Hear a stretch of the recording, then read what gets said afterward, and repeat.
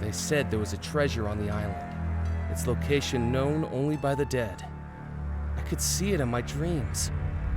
How was I supposed to know that in order to find it, I'd have to die too?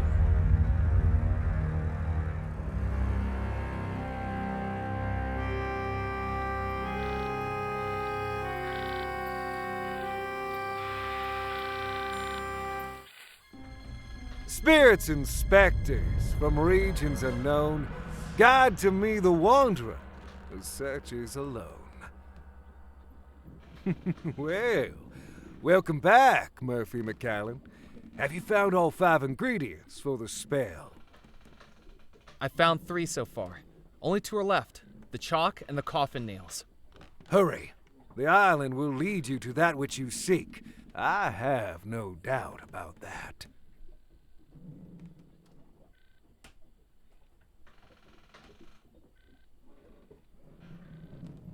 Do you know what happened at Belmore Manor? You want to hear a ghost story, Murphy McCallan? I want to know everything I can about that house. Then listen closely. Dark magic runs throughout Belmore Manor. The house was built by the Belmore brothers, 3 merchants from England who made their fortune trading across the Caribbean. Xavier Belmore, an explorer, Yardley Belmore, an actor, and Cecil Belmore, a scientist. Their parents dead for many years. They each loved and cared for their young sister, Abigail. Abigail met a young sailor who worked aboard one of her brother's ships. And in less than a year, he proposed. The engagement was a scandal. Despite having the pick of any eligible bachelor in high society, her hand in the Belmore fortune was to go to a commoner. Because of their unconditional love for their young sister, the Belmore brothers sanctioned the marriage. But people began to wonder if Abigail was being locked into marriage, whether by blackmail or black magic. Grand wedding was planned by the 3 proud brothers, but in the months leading up to the wedding, each of the brothers, one by one, was lost, presumed dead. And yet the wedding was still to go ahead, and with Abigail set to inherit the Belmore fortune once she came of age, many people began to wonder whether the sailor was not a perpetrator, but a pawn. On the morning of the wedding, the sailor was summoned to her chambers. "I don't love you," Abigail declared. "I never loved you." And to everyone gathered in the house, Abigail declared that that same evening she would marry another, John Rackham, first officer of the Belmore Trading Company, would be her new groom. Except that didn't happen. On the night of the wedding, everyone in the house suddenly and mysteriously vanished. Perhaps the last revenge of the scorned sailor. The house that night held a heart that would be broken, a victim who would be tricked, and a force that would unleash evil. But no one knows exactly who each was.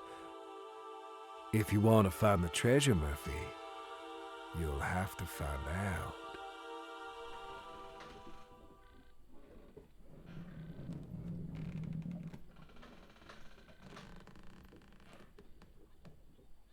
How will the spell help me find the lost treasure of Belmore Manor?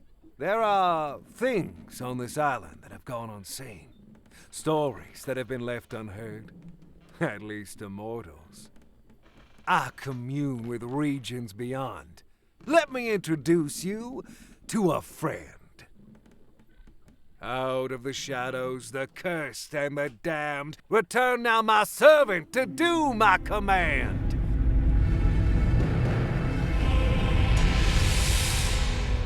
I have returned to you, Master. Loa, this gentleman wishes to find the lost treasure of Belmore Manor. Tell him how this can be done. Only inhabitants of the house know where the treasure lies. Their spirits still within its walls, trapped between life and death. To ask them, those spirits must be revealed on the mortal plane. And that is what our spell will do, Murphy. A summoning spell to unveil the ghosts trapped within the house. 5 ingredients place inside, tie closed, and then unseal. Within the focus what may hide, this spell will soon reveal. Once you've collected all 5, we can summon the ghosts of Belmore Manor. Once we've summoned the ghosts, we can ask them exactly where the treasure was hidden. You have served me, Loa. Begone!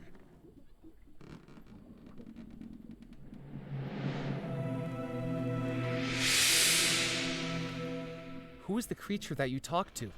That is my Loa. The Loa are the mysteries, the invisibles, the messengers. Is it a ghost? No, they are the intermediaries between humans and the supernatural. There are 2 planes of existence, Murphy. The mortal plane and the spirit plane. Loas can move between them both, and with my powers, I can control them when they do. That is what we practitioners of the occult are adept at. What's this riverboat we're aboard? This is the Spirit Queen. It used to be a pleasure boat, plying the rivers around the island, a den of drinking and gambling. That's how I came to own the boat, a lucky game of chance. But between you and me, Murphy, it's a lot easier to win when you have spirits to control the roll of the dice. It sounds like you cheated. Fate was always going to bring this boat to me. I just hurried it along. How am I going to find the spell ingredients? Everything I've ever needed for my voodoo spells, I have found on this island. It's as though this island pulls the supernatural to it. Keep searching.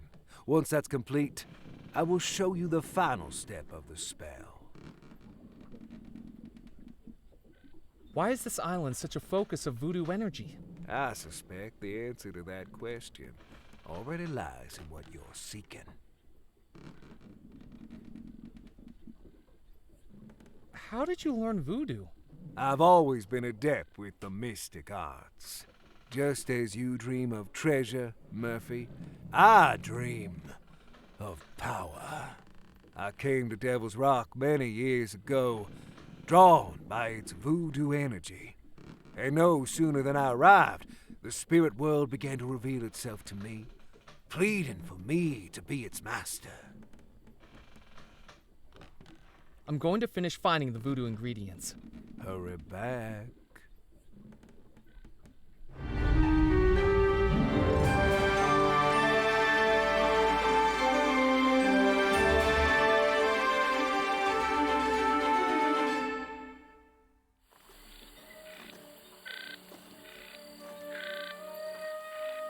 I doubted there was anything useful in the bayou.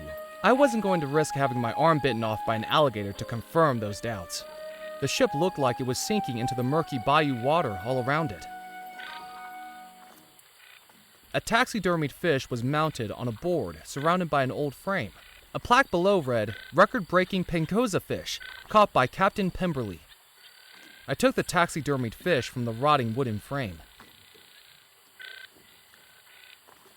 It was an empty soda bottle that I'd found on the beach. It was a handful of nails, once used to seal up a coffin. It was a bottle filled with rum. It was a small mound of gunpowder. It was a pair of feathers, both black. It was a crumbling rock of chalk. It was a voodoo manuscript that looked hundreds of years old. with the instructions to a spell that summons things hidden within. It was a voodoo. It was a small leather pouch with a drawstring used for voodoo spells. Currently, it held black feathers, gunpowder, and rum. It was a small leather pouch with a drawstring. Currently, it held. It was the magazine where I first read about the Belmore treasure. Now, I was going to find out if it was more than just a ghost story. It was the magazine where I first read about the Belmore treasure. Now, it was the magazine. It was the magazine where I first.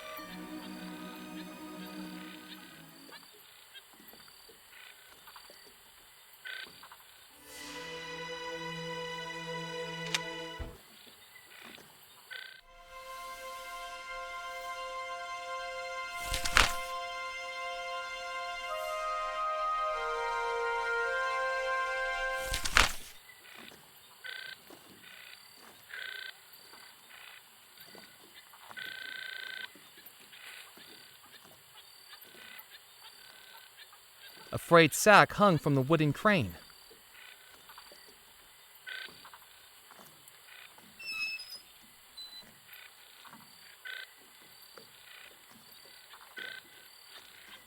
I couldn't do that.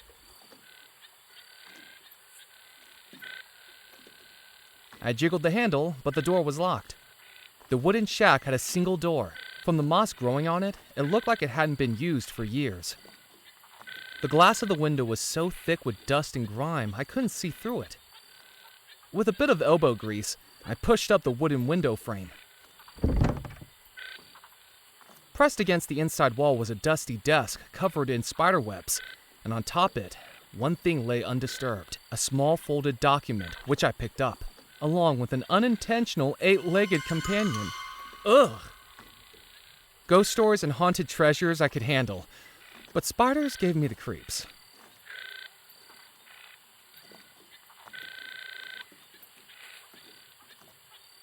It was a riverboat captain's license for a Captain John Bennett, but the space for a photograph was empty.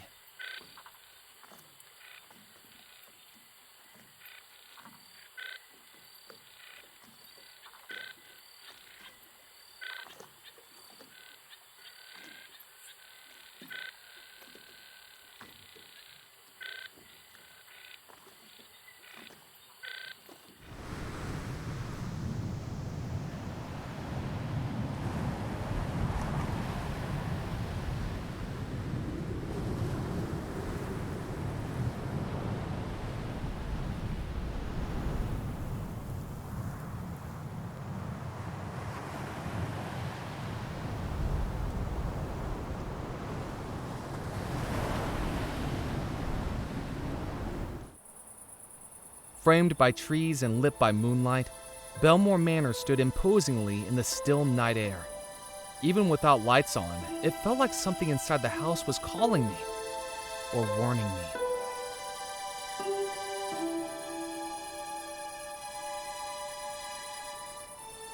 Belmore Manor stood proudly and enigmatically at the center of the estate. Who knew what had gone on inside its walls? A large pond lay in front of the house, slowly being reclaimed by algae and weeds. I wasn't going to wade into the pond.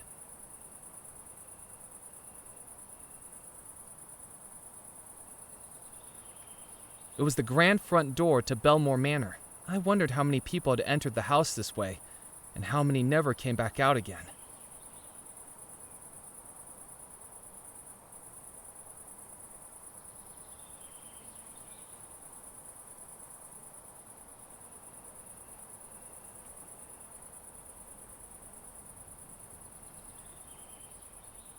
With a deep breath, I took hold of the door handle of the house I'd been thinking about for months and turned it.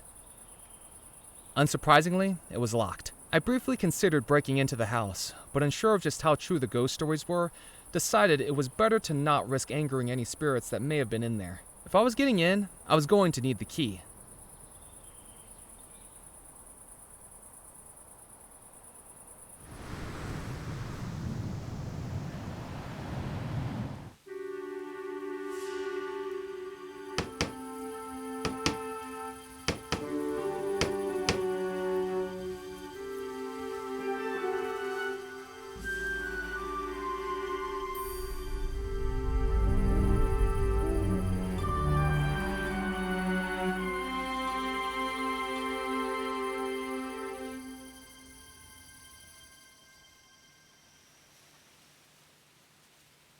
I scanned the headstones for anything of note, but didn't know what I was searching for.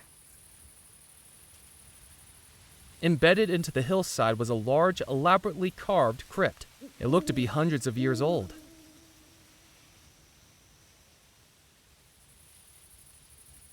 I couldn't see any way to open it. The graveyard was dotted with headstones, some old, some young, some legible, some not. I scanned the headstones for anything of note.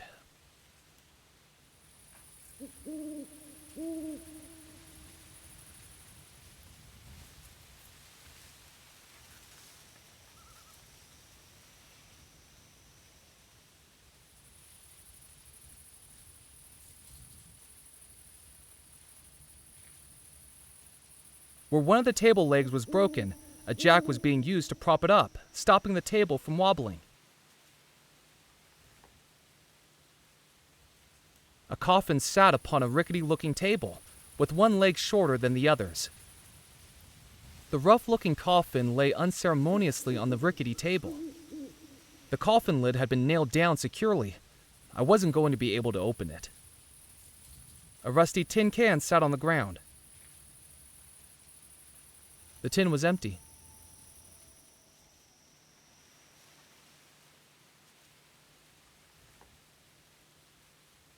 I tried to move the coffin, but the jack was holding the table up securely.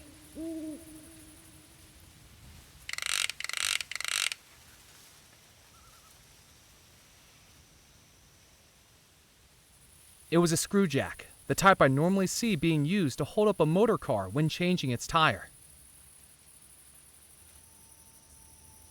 A scruffy-looking man was working away within the remnants of the shack. An antique stove burned quietly in the corner of the tumble-down shack.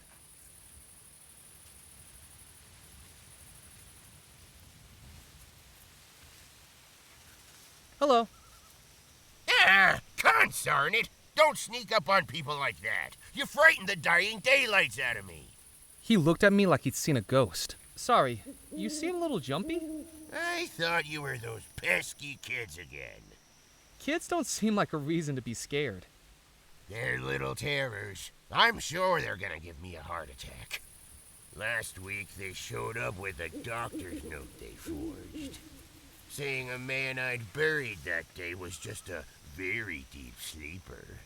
7 hours I was out here digging him up, at my age! And was he sleeping? Dead as a dodo, just like those kids will be if I get my hands on them.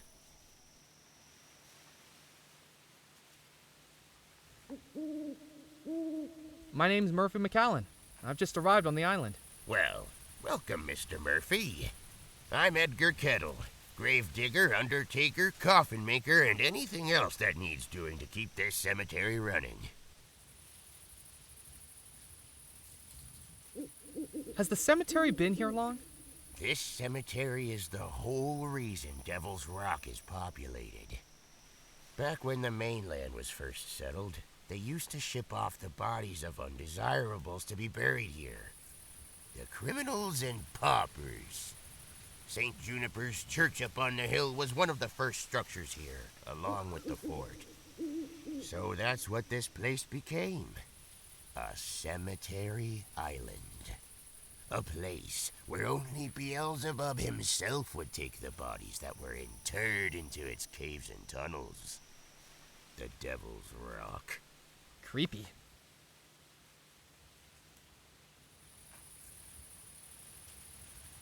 Do you not find working in a graveyard a little eerie? Why would it be eerie? I don't know. Ghosts, maybe? I don't like to think about ghosts. Why not? Because they'd be bad for business. I have my work cut out here with the dead as it is. Imagine if they came back asking for a refund.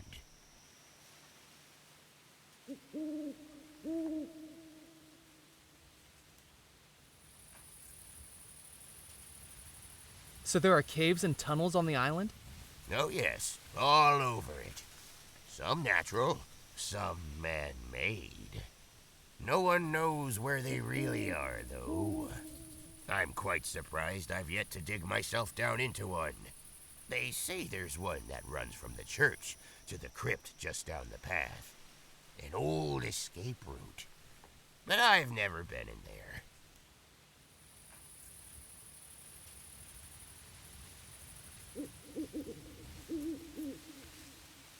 What are you working on? This is just a pauper's coffin the parish is funding. Lock 'em in lumber, leave 'em to slumber. That's what I call it. No frills.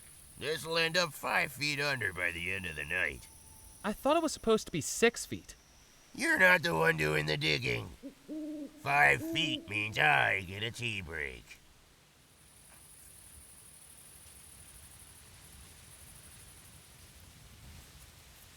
Have you got any spare coffin nails?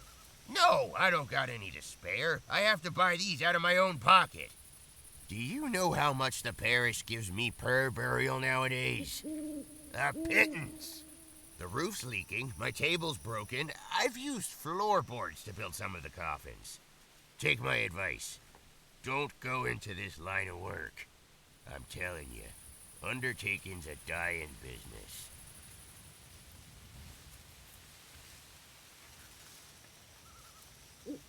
Did the coffin just move? Don't even joke about that. Do you think I could fit inside the coffin? Probably not. The gentleman inside might make it a bit of a squeeze. You mean there's a dead guy inside there? There better be. I can't afford to be burying empty coffins. Creepy. Story of my life. Why are you out here working so late? The funerals take place in the morning, and I prefer to be tucked up in my bed. I don't like those early funerals. I'm not a morning person. Do you know anything about the disappearance at Belmore Manor? I think it's important to leave the dead to rest in peace. But what if they're not in peace? Well, I think there's more to that story than meets the eye. You know the 3 brothers went missing, right? Well, if you ask me, I think Abigail Belmore was behind it. She was engaged to a sailor, but nobody like her would go for a commoner. She might have loved him. She could have loved somebody with a big bank account, too. I think she must have been using him, pretending to love him so he'd do her dirty work for her, bumping off her brothers. Then afterwards, she drops him and goes to marry the officer of the company. Fiendish. Those are some pretty serious allegations. Just a feeling, that's all. I don't have any evidence. But when you work with cadavers, you kinda get a 6th sense about things. People killed in mysterious circumstances. Like you can tell when someone's sneaking up behind you. You actually seem to have trouble with that. Wise guy. What do you think was behind the disappearance? Well, the sailor must have found out he was being manipulated, mustn't he? Done something to get his revenge. What do you think the sailor did to get his revenge? Nobody knows. But in his contracts to the Caribbean, he could have come across something fiendish. All we know is that everyone in that house disappeared. And to tell you the truth, I'm quite relieved they did. Why's that? Because if they'd not disappeared, it would be this old fool who'd have had to bury them. Saved me a good amount of work. I'm looking for the treasure of Belmore Manor. Another treasure hunter. Well, let me tell you something, young man. Don't even think about digging up my graveyard. There's no treasure buried here, and I'm already busy enough filling in the holes that are meant to be here.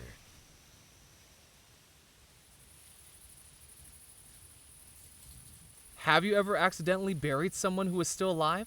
Not that I know of. When you think about it, how would I know? Shouts for help? Desperate shaking of the coffin? Look, I haven't sealed anyone up who was chatting away with me, let's put it that way. I usually check for signs of life, but everyone takes shortcuts sometimes, don't they? I deserve some rest in peace, too. I best be running along. Don't drop dead.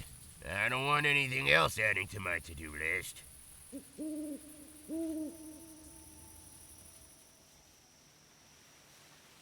The tin was empty.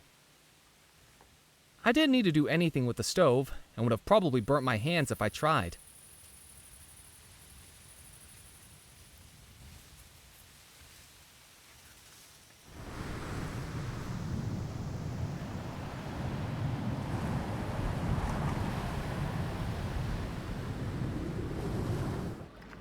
Walking into the port town of Dead Nettle, I could sense its history in every stone, brick, and plank. Echoes of merchant ships loading and unloading all manner of cargo from expeditions throughout the Caribbean. Gold and treasure that may still lie hidden on the island.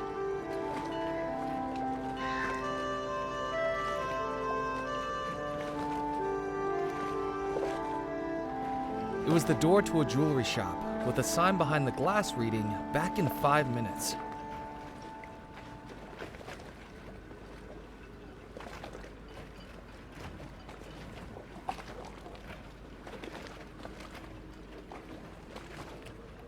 A homemade paper sign hung on the front of the theater.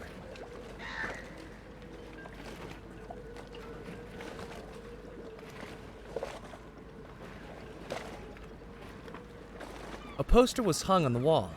From how much it had faded, it had clearly been there for years.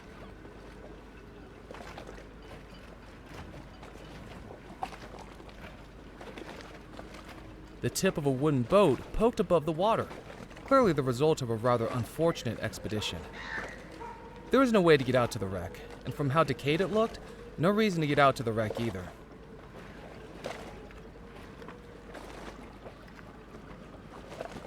It was a mechanical scale, used for weighing fish.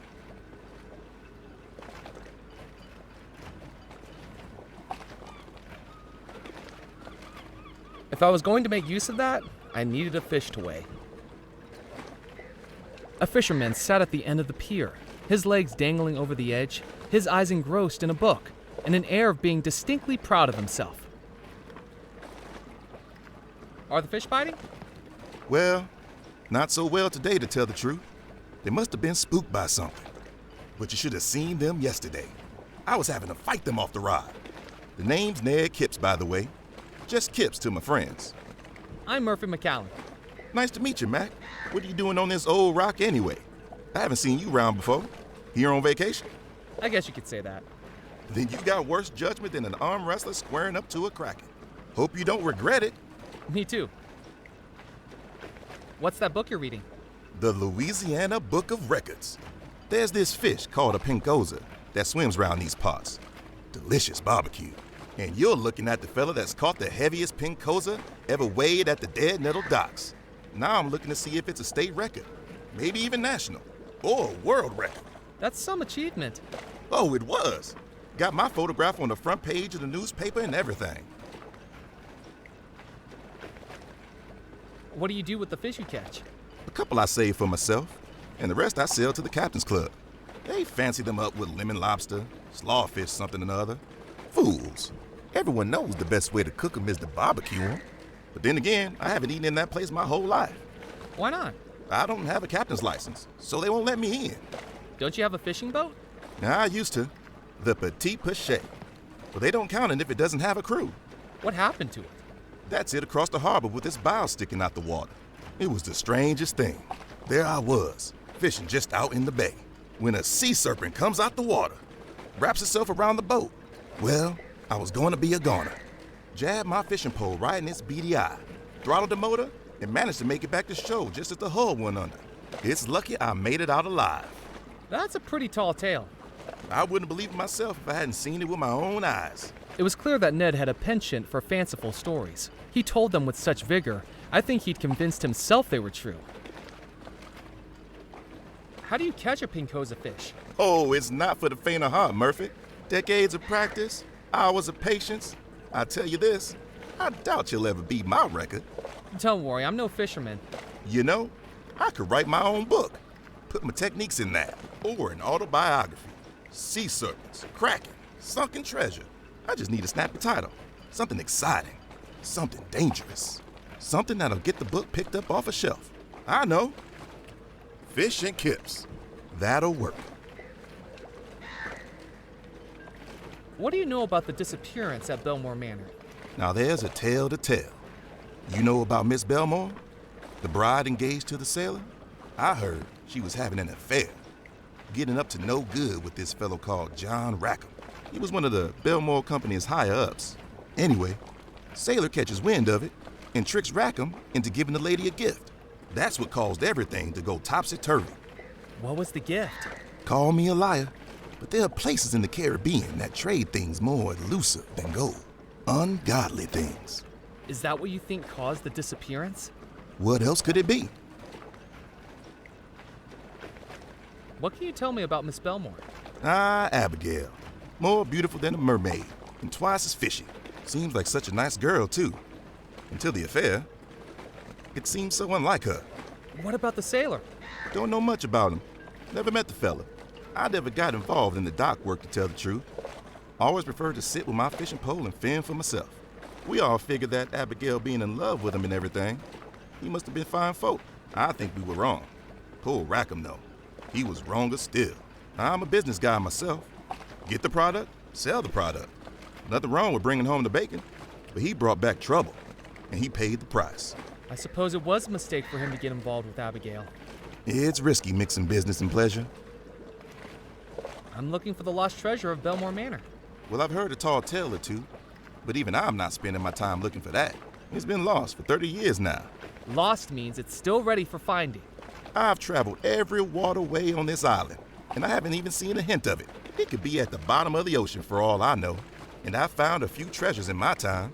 French treasure, British treasure, pirate treasure, but no Belmore treasure. Do you still have those treasures? Well, I had to hide them again. Give someone else a chance to find it. I wouldn't believe it myself if I hadn't seen it with my own eyes.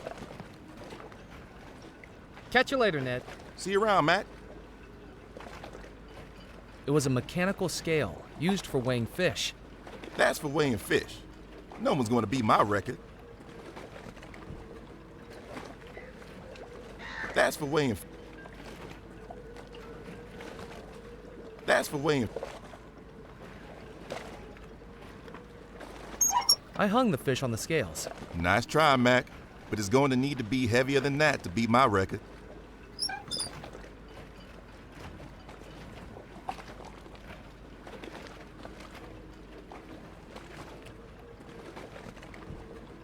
That wasn't going to work. It was a screw jack, the type I That didn't work.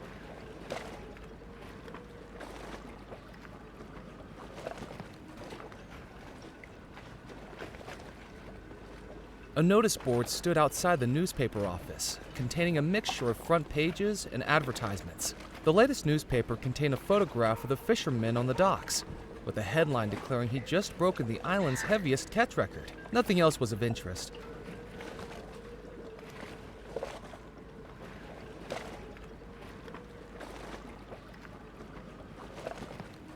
The latest newspaper contained a photograph of the fisher. Nothing else was of.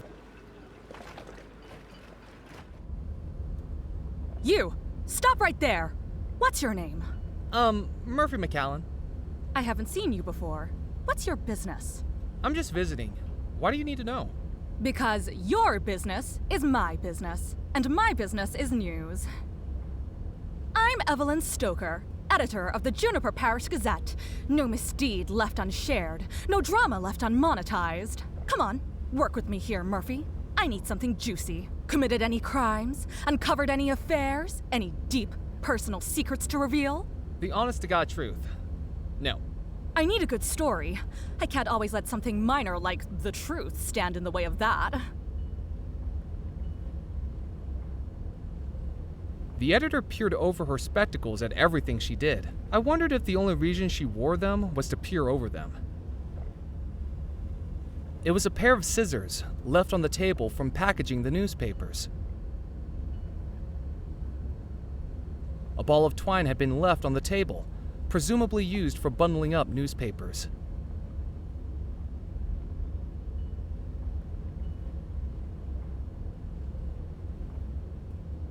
The twine was going to be of more use to me intact. With a long rip already along the seam, I didn't need to cut the fish open any further. I couldn't do that.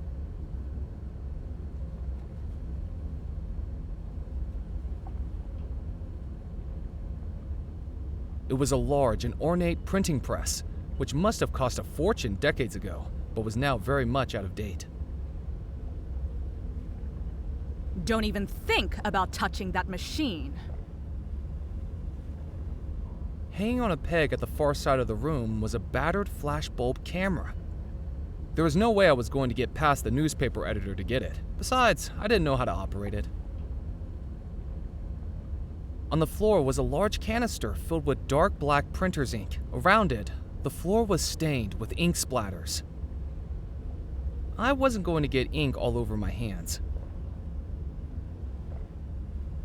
Hey, you can't come back here. Sorry. The back wall of the newspaper office was filled with filing cabinets. From the labels on the front, they looked to be archived issues of the Juniper Parish Gazette. Hey, you can't come back here. Sorry.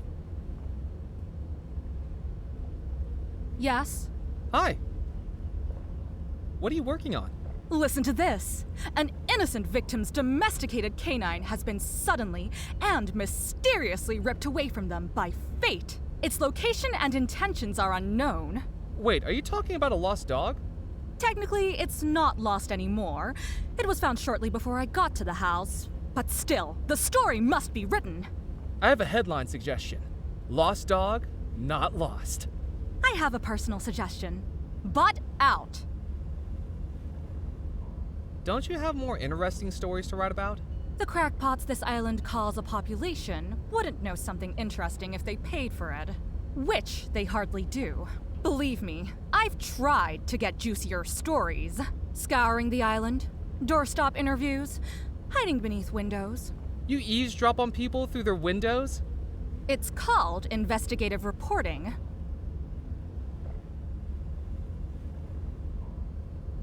I'm doing some research on the treasure of Belmore Manor. Leave it. That's my advice. There's no story in it. No story? Not that anyone would believe. And I've got advertisers breathing down my neck. What's your theory on Belmore Manor? This might sound far-fetched, but I think it was hypnotism. All the puzzle pieces make sense. Who was hypnotized? Abigail, by that strange sailor she was going to marry. This newspaper had been publishing a bunch of stories about spooky goings-on across the island. We even had tip-offs of black magic inside Belmore Manor. Can you believe it? Who was doing black magic? Well, we weren't told for sure, but it makes sense, doesn't it? The sailor! Why else would someone as powerful as Abigail want to marry a lowly manual worker like him? Come the night of the wedding, and she wised up. Married John Rackham, the company's first officer. Much more on her social standing, and a responsible choice for the company. What do you think caused everyone to disappear? The last revenge of the sailor's sorcery. But imagine me writing that into a piece of serious journalism. I'd be laughed out of the industry. Would you take my photograph? Do you know how much the chemicals cost to develop those photographs? I'm on a limited budget here, McAllen. Unless you've done something notable, you're not getting into print. What's in those filing cabinets? Past issues of the newspaper, starting right back in 1864. Of course, things were a lot more interesting when Deadnuttle was thriving as a port town. Comings and goings of people, ships, and cargo, lots to report on back then. More than the dregs I have to dress up now. Can I take a look in the filing cabinets? Sorry, McAllen. Employees only. And we're a one-woman operation here these days. The paper doesn't bring in enough money to take people on. Why did the ship stop coming to Deadnuttle? The Belmore Trading Company was the heartbeat of this island. After the disappearance, there was no one left to run the company, and it all got sold off. When that folded, so did pretty much everything else. Do you have any back issues featuring the Belmore Manor wedding? We don't, I'm afraid. Most of the paper's directors were at the wedding and disappeared along with everyone else. The newspaper had to shut up shop for weeks while it was restaffed. This was back when the Gazette wasn't run by just one person. What constitutes something notable for the newspaper? Frankly, our standards are pretty low these days. Yesterday, I photographed Ned Kipps, the fisherman that hangs around the pier, for catching a fish. Is that a surprising turn of events for a fisherman? It broke the island weight record. The pen cozes a fish that's been caught round the island since it was settled. The locals say it tastes good. I'd rather chew on raw cotton. I think I better be going. Keep your eyes out for a story, McAllen. There are secrets on the island, and it's my job to sell advertisements next to them.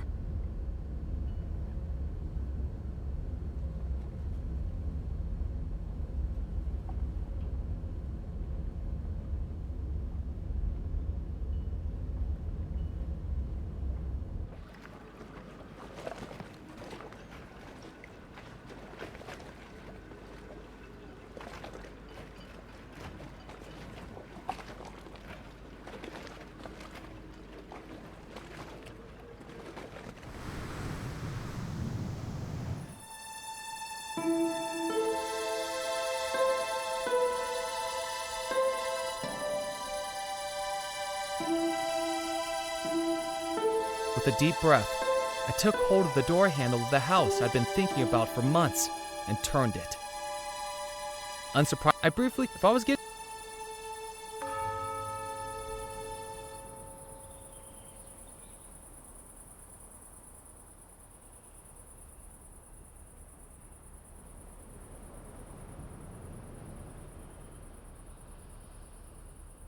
A horseshoe hung above the gazebo threshold, supposedly a symbol of good luck. The horseshoe was too high up to reach. A table and chairs sat inside the gazebo, an echo of better days with afternoon tea looking out over the ocean. From the gathering moss and rust, it was clear the patio set hadn't been used in decades.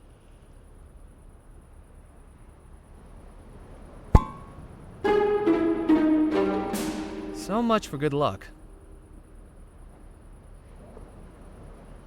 I picked up the horseshoe that assaulted me. It was heavy, very heavy.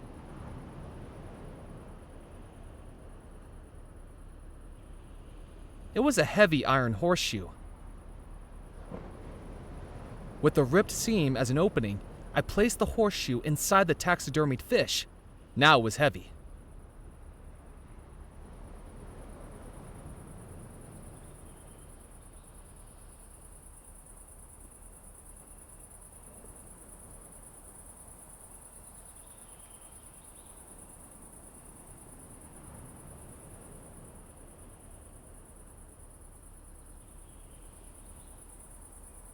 I filled up the bottle with pond water.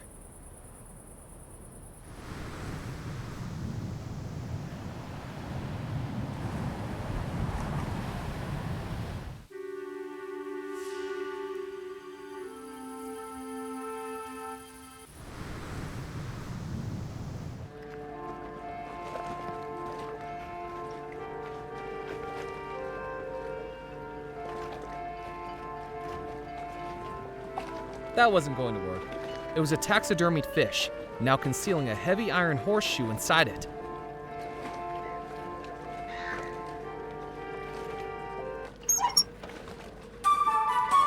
Matt, does that say what I think it does?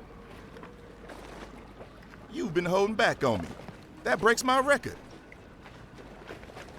McAllen! You just broke the island fishing record.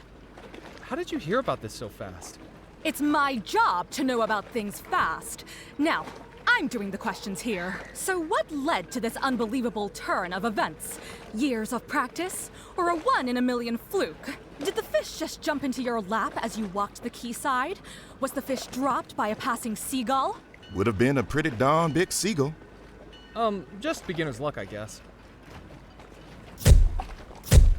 As I suspected, well, as much as it pains me to say it, you're the cover story on this evening's edition of the Juniper Parish Gazette, and this is why I'm not getting a Pulitzer.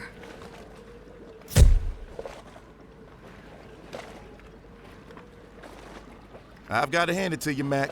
That fish is a whopper. I wouldn't believe it myself if I hadn't seen it with my own eyes.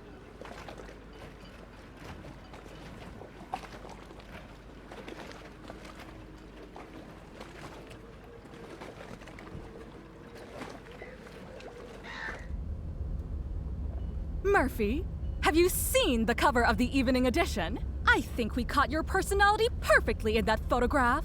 Naive, simple, unsophisticated. Makes it all the more surprising that you actually accomplished something. I wonder if I should have it framed. That will cost you. A new edition of the local newspaper sat on the desk, with a disturbing inclusion. My face, right on the front page. I picked up the newspaper. The fewer people that saw it, the better. That didn't work.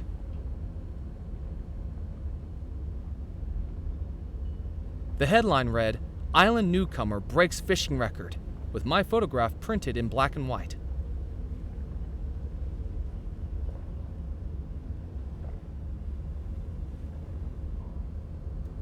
Carefully, I cut my photograph out of the newspaper.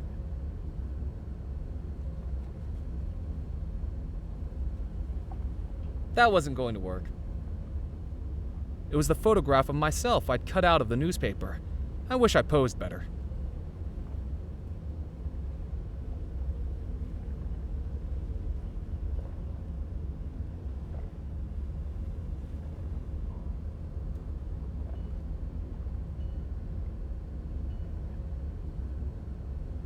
It was a riverboat captain's license.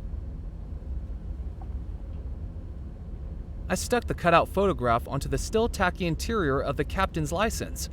It was convincing enough.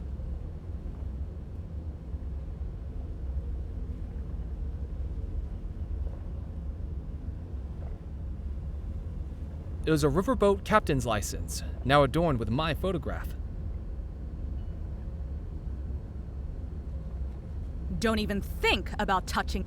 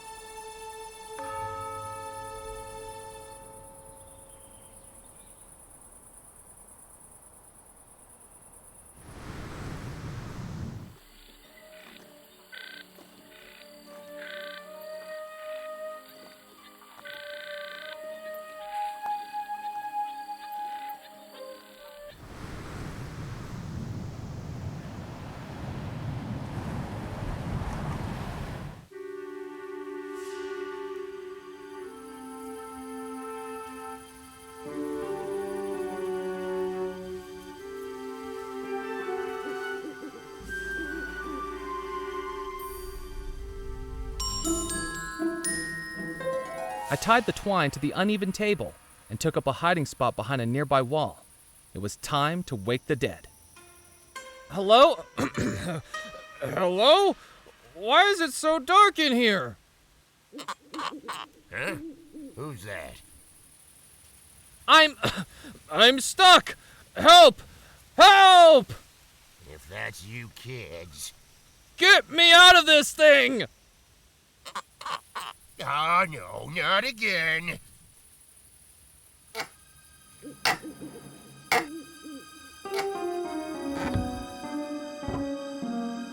Mister, are you okay? I'm so sorry. I was told... Mister? Oh, darn it! Next time I see those kids, I'm gonna have a lineup of Pee-wee coffins ready for them. See how they like being scared out of their wits.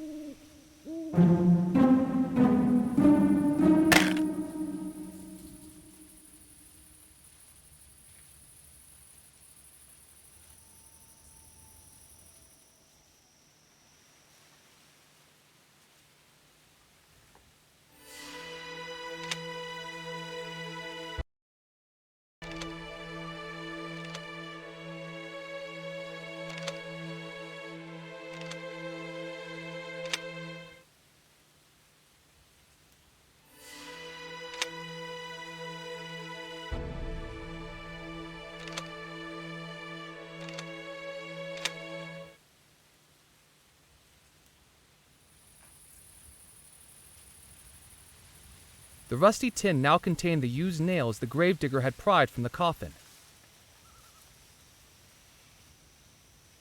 I picked up the handful of discarded coffin nails from the tin.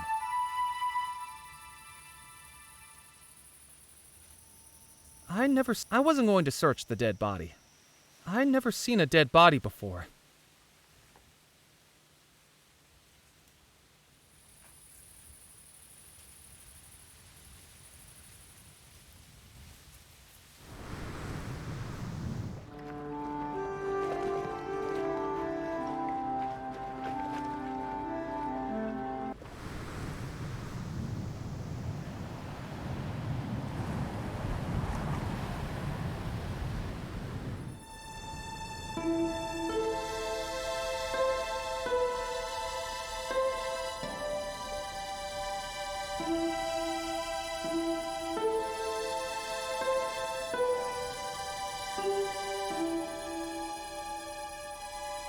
I wasn't going.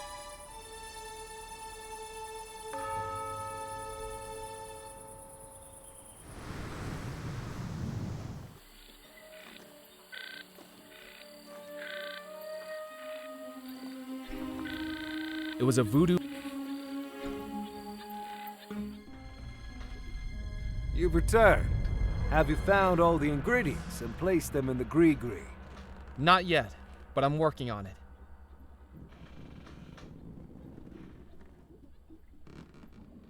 I'm going to finish Hurry back.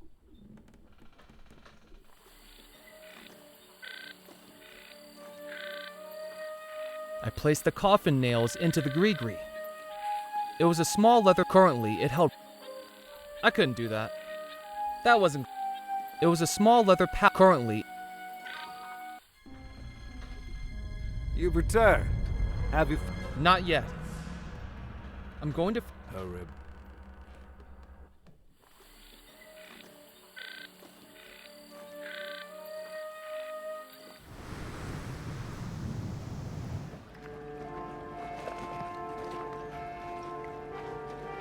It was the door to a jewelry shop, with a sign behind the glass reading, "Back in 5 minutes." I tried the door. It was locked.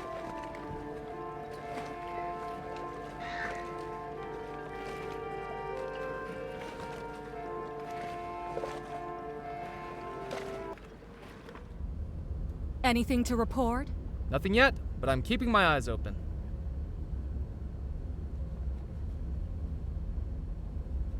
A captain's license? I lost the contract to print those. No use without a photo, though.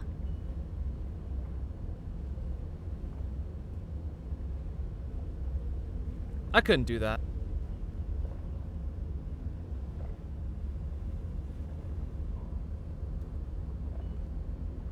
Hey, you can't come back. Sorry. A captain's license? I lost the contract to print.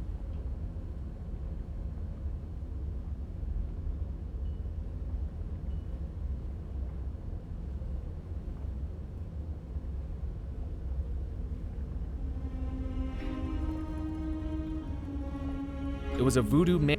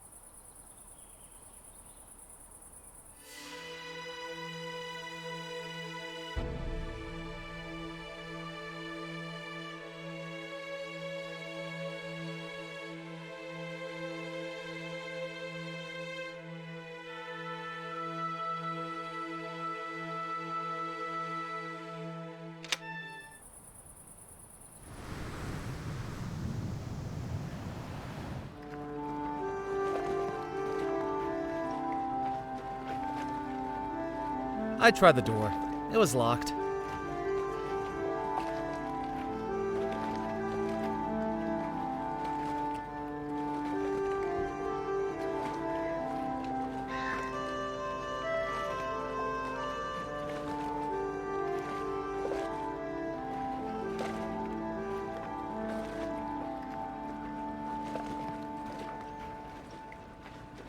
Set up on the seafront was an elaborately carved wooden puppet theater, with Polchanala painted across the top, and a sign hanging in front of the red velvet curtain.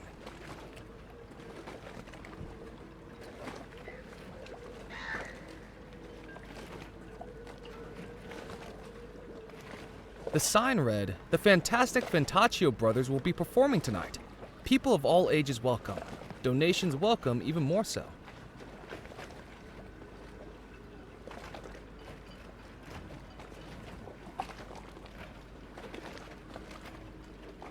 A poster was hung on the wall. From how much it had faded, it had clearly been there for years.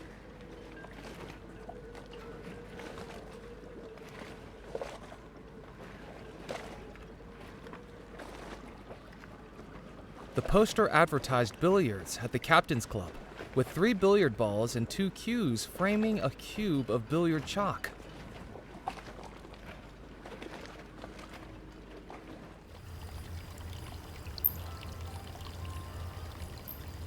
There was nothing in the fountain apart from a rim of moss. The courtyard echoed with the trickling noise of a small fountain. The maitre d' stood behind a tall podium, glancing down at a ledger in front of him. I glanced at the ledger on the podium. It was mostly empty, and the few entries there didn't seem of any interest. Apart from the occasional disapproving look out of the corner of his eye, the maitre d' behind the podium seemed to be doing everything he could to convince himself I wasn't there. "Good evening." He looked past me like I was invisible, as though if he ignored me hard enough, there was a chance I'd disappear. "I said good evening?" I suppose, if one's standards are low enough. Have you taken a wrong turn, sir? "I'm just having a look around." Well, make it a quick one. "What is this place?" This, sir, is the Captain's Club, a private members club for current and retired sea and riverboat captains. We are highly exclusive. Are you a captain? He asked with a smugness that told me he already knew the answer. I thought not. Then may I recommend a swift exit? You'll find a convenient egress approximately 180 degrees to starboard. If you like, I can give you a good swift kick in the right direction, sir. And don't feel a need to stop walking until your ankles get soggy. "Who are you?" My name is Felix Greer, maitre d', bartender, and acting manager of the Captain's Club, when Mr. Perkins has his night off. And who, pray tell, are you? "Murphy McAllen. I'm looking for the lost treasure of Belmore Manor." Oh, goody, another young adventurer seeking fame, fortune, or some combination of the two. Just what Dead Nettle's been lacking for local color. "What do you serve here?" Captains. "Right, yes. I mean by the way of food?" The Captain's Club serves a dazzling array of sea-source dishes, from our house special jambalaya to my personal favorite, Devil's Rock Pencosa, pan-seared with lobster slaw and citrus crawfish beurre blanc. In all honesty, it's not very popular. Most of the clientele are absolutely sick of seafood by the time they get ashore. Just the sight of it makes them groggy. "What about drinks?" Listen, if you're from the Prohibition Bureau, we've cleared all that up with Officer Moe. Fines were paid, things changed hands, and now we're clear. "I'm not from any Prohibition Bureau." Then forget I said anything. The Captain's Club is strictly teetotal, in line with federal law. Now, if certain members wish to bring in their own medicinals, then we're happy to provide medicinal aids. Ice, tonic, mixers, and the like. But we serve no alcohol on the premises. "What can you tell me about Dead Nettle?" Do you think you've wandered into the local library? Should we gather around for story time? "I was just hoping to talk to someone obviously so knowledgeable about the area." Well, yes, unfortunately I'm plagued with an encyclopedic knowledge of the local area. My concierge duties require it. I have a spiel. Welcome, hardy traveler, to our quaint port town of Dead Nettle. Once this town you see around you was a hub of commerce, a beacon for ships bravely navigating between America, Europe, and the Caribbean.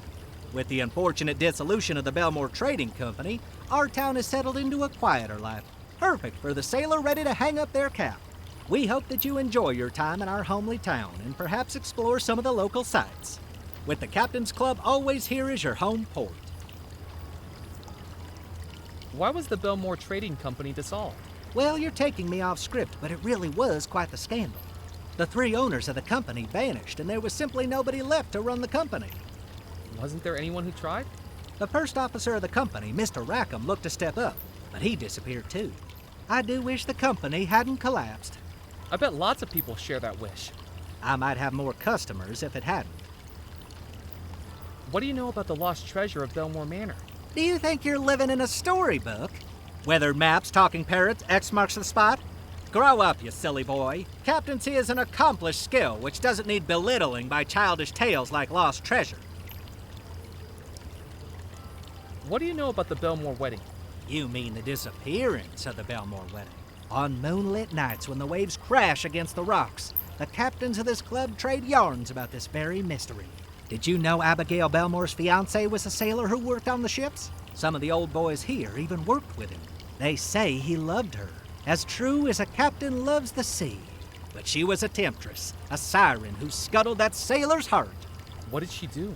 After months of engagement, she broke it off and chose to marry an officer of the company instead, on their very wedding day. Who was the man she chose to marry instead? John Rackham, a landlubber who only used the bounties of the sea to fill his coin purse. But the Belmores harnessed his ambitions for the company, his expertise at imports and exports. Why did she do it? What many people don't know is that mysterious things had been found on one of the company voyages to the Caribbean. Mystical things, some say. What did they find? The crew was sworn to secrecy by the Belmore brothers, and all of the men were loyal enough to keep their word. But the rot in the rope was that sister, Abigail. People say that the discovery took hold of her. With the broken heart of the sailor and the resources of the officer, she was about to unleash something terrible. Perhaps it was a good thing that they all disappeared. Do you think that's true? Of course not. It's all nonsense. But the captains do love to outperform each other with such tales on a dull evening.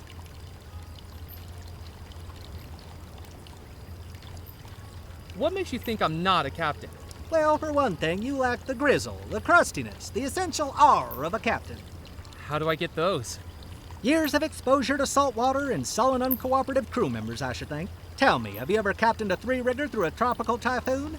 Have you ever run the rapids of the Mississippi without hitting a single reef? Wind in your sails, fire in your furnace, waves beneath your keel? Have you? Well, it's more complicated than that. In what way? I get seasick. Is there any way to prove I'm a captain? You might show me your captain's license. As I'm sure you know, the state of Louisiana requires all captains, both sea and riverboat, to carry one.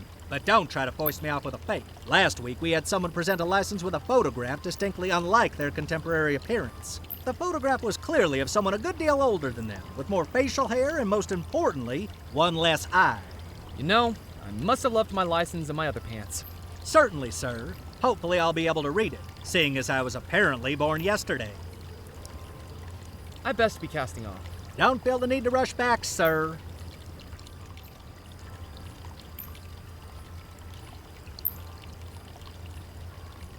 My credentials.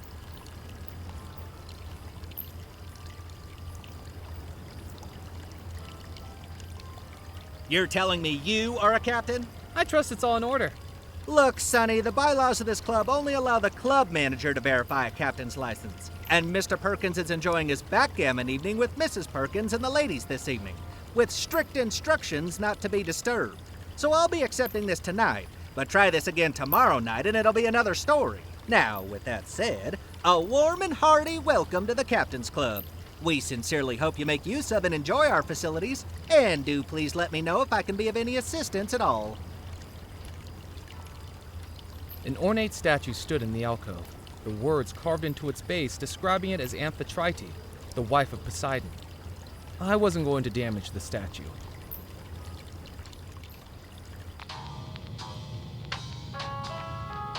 While I was trapped on Devil's Rock, a map of the world wasn't going to be much use to me. A painted globe stood at the top of the stairs, covered in pinpricks. It had either been used to plot out expeditions, or as a replacement dartboard. The room was dominated by a large wooden billiard table that looked to have had plenty of use in its time. I considered playing a game, but billiards without the balls and cues wouldn't have been very engaging. A cube of billiard chalk was left on the rim of the table.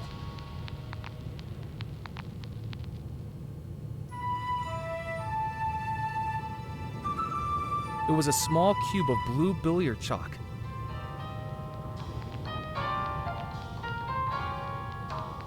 An elegant glass-paneled cabinet stood in the corner of the room. Inside, a pair of cues hung either side of a trophy in the shape of an oversized billiard ball. The cabinet was locked.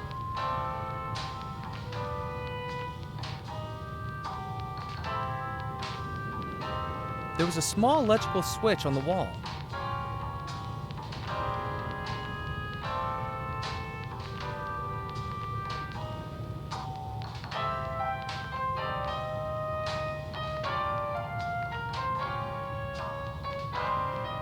The ceiling fans were off.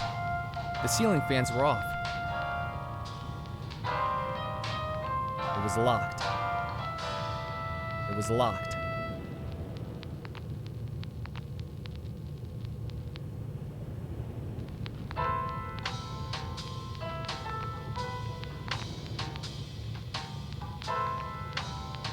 I couldn't do that.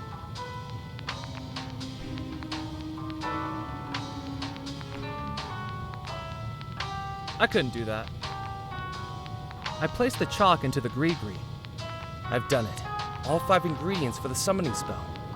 Now I needed to head back to the Spirit Queen.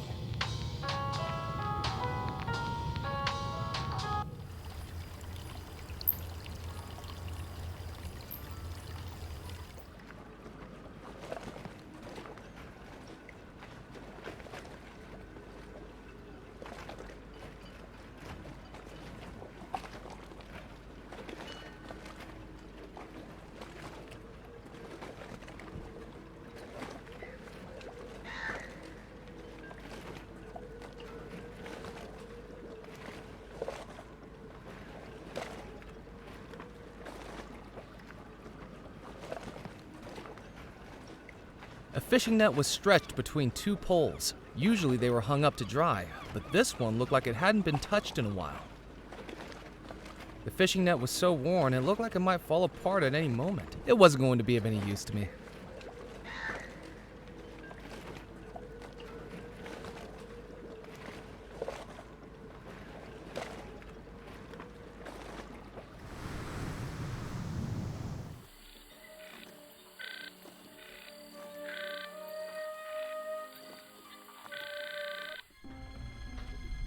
Murphy, have you done what was asked of you?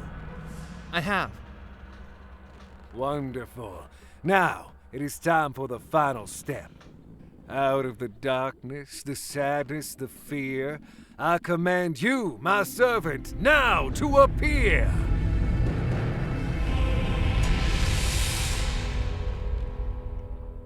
I have returned, Master. What is your desire? The ingredients have been gathered. The final step of the spell is ready. The focus. The focus of the spell is that which you are casting it upon. Belmore Manor is where the ghosts reside.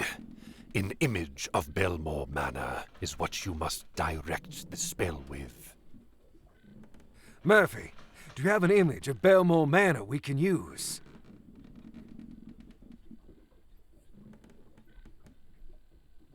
The Loa looked like a mixture of fire and water, glowing and undulating as it hovered above the spirit pool. Even without a face, I knew it was staring at me.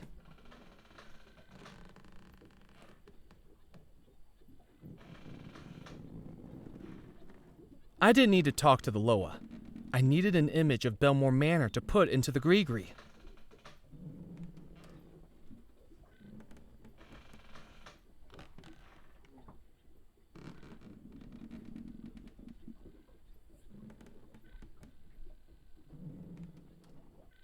I couldn't do that.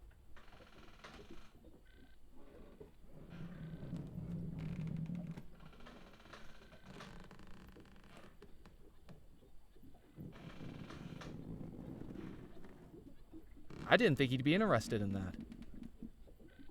That didn't work. The witch doctor was sat on the edge of the throne, grinning in anticipation.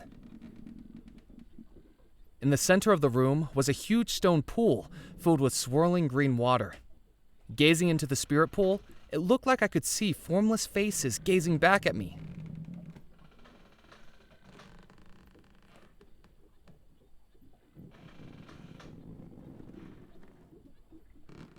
That wasn't going to work.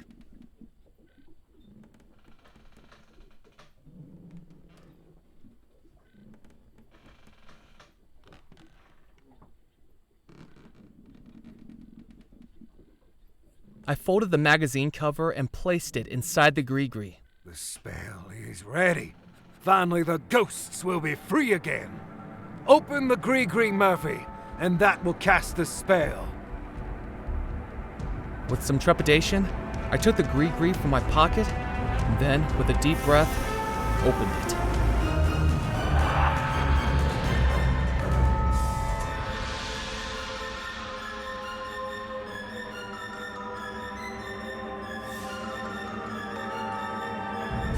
At last, I am free. Servant, what's happening? I was never your servant. I am your master. You shall do my bidding. I command you. Foolish mortal, you have served your purpose. No longer do I need to manifest as an ephemeral specter. Now my true spirit form is freed. Lower. Do as I say. You have no more use to me.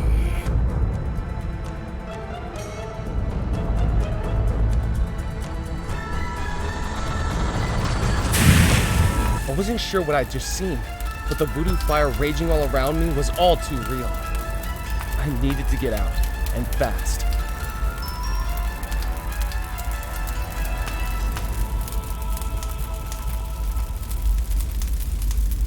The riverboat was dotted with lit candles, just the ambiance you need in a voodoo den. Surrounded by a burning inferno, I wasn't going to complicate matters by picking up lit candles, even if the phrase was to fight fire with fire.